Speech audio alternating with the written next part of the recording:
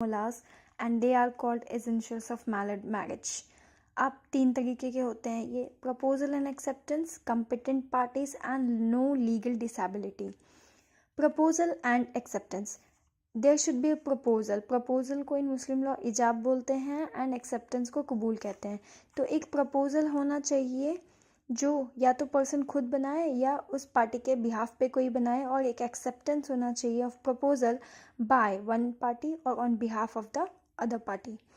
इजाब ओ कबूल होना चाहिए. इजाब as I told you it's proposal and कबूल मीन्स एक्सेप्टेंस. तो इजाब ओ कबूल होना चाहिए प्रपोजल एंड एक्सेप्टेंस में, यानी कि डिक्लेरेशन एंड एक्सेप्टेंस होना चाहिए. One party must make an offer that is इजाब to the other party. According to Muslim marriage it is absolutely necessary, बहुत ज़्यादा इम्पॉर्टेंट है कि एक आदमी और कोई उसके बिहाफ पे, या एक औरत या कोई उसके बिहाफ पे मैरिज के लिए एग्री करे सिर्फ एक मीटिंग में, यानी 2 मीटिंग में नहीं होना चाहिए. सिंगल मीटिंग में इन्हें एग्री करना है फॉर मैरिज, और एग्रीमेंट को 2 एडल्ट विटनेस करते हैं इसमें. मैरिज इफेक्टिवली इमीडिएट होना चाहिए, यानी कि अगर वाली ये कहता है कि मैं उसे तुम्हें 2 महीने के बाद तुमसे शादी करवाऊंगा, this is not a marriage.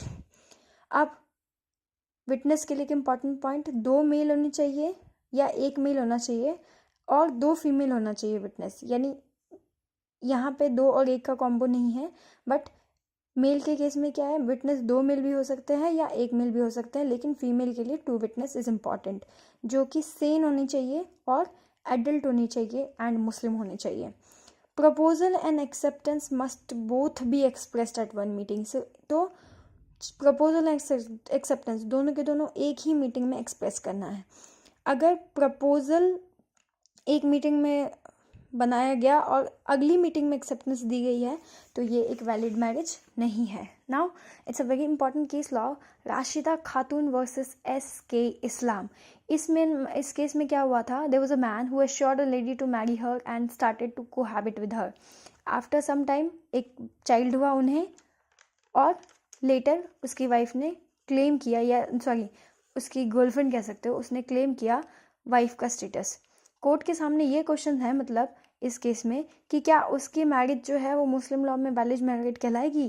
Court ने कहा हालांकि there was no acceptance of offer to marry, but एक एश्योरेंस मेल ने दिया था कि वो उससे फ्यूचर में शादी करेगा, लेकिन सिर्फ इस बेस पे male cohabitation with such an assurance does not constitute a valid marriage. दूसरा इंपॉर्टेंट केस है मस्त जैनवा वर्सेस अब्दुल रहमान. इसमें कहा there is no particular form in which proposal and acceptance should be made. यानी एक पर्टिकुलर फॉर्म नहीं है कि या तो तुम्हें रिटर्न में ही देना है एक्सेप्टेंस या वो, ये तो ओरल में भी हो सकता है और एक्सेप्टेंस में भी हो सकता है, और सॉरी राइटिंग में भी हो सकता है. ठीक है, तो offer and acceptance either can be either oral और इन राइटिंग.